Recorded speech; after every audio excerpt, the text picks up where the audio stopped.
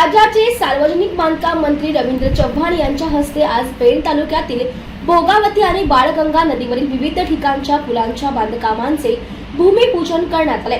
तालुक्यातील एकूण 5 ठिकाणी हे बांधकाम तयार करण्यात येणार असून या कार्यक्रमासाठी सार्वजनिक बांधकाम मंत्री रवींद्र चव्हाण यांच्यासोबत माजी मंत्री रवींद्र पाटील, भाजपचे जिल्हाध्यक्ष तथा माजी आमदार धैर्यशील पाटील, जिल्हा उपाध्यक्ष वैकुंठ पाटील, जिल्हा सरचिटणीस मिलिंद पाटील, ॲडव्होकेट निलिमा पाटील, पालिकेच्या माजी नगराध्यक्षा प्रीतम पाटील आदी पदाधिकारी आणि कार्यकर्ते मोठ्या संख्येने उपस्थित होते।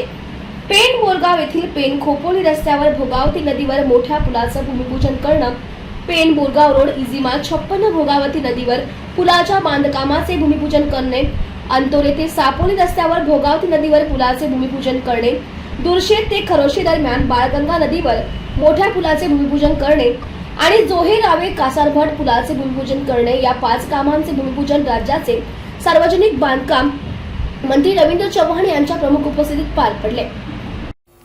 हे त्या ठिकाणी अयोध्यामध्ये उभारलं जाणार आहे, त्याचं सर्वांचं पूजन हे सर्व आपण सर्वजण अनुभवणार आहोत।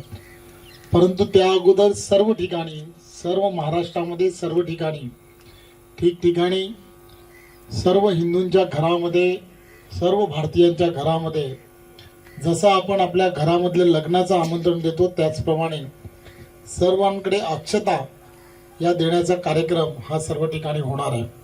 आणि मी आपणा सर्वांकडून विनंती एवढीच करणार आहे की माझ्या मतदारसंघामध्ये म्हणजे डोंबिवलीमध्ये 6:30 वाजता त्याची महाआरती आहे। त्यामुळे मी आपल्यामध्ये जास्त वेळ न राहता भरकन जाणार आहे।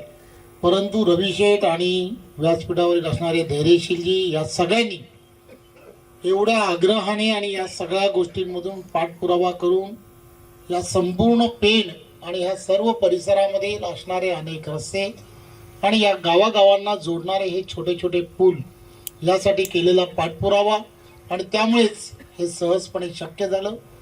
त्यांनी जो विश्वास भारतीय जनता पार्टी पक्षावरती ठेवला, आदरणीय पंतप्रधान नरेंद्र मोदीजींवरती ठेवला, आदरणीय देवेंद्रजींवरती ठेवला, तोच विश्वास येणाऱ्या काळामध्ये भारतीय जनता पार्टी पक्षावरती ठेवा एवढीच फक्त विनंती करतो।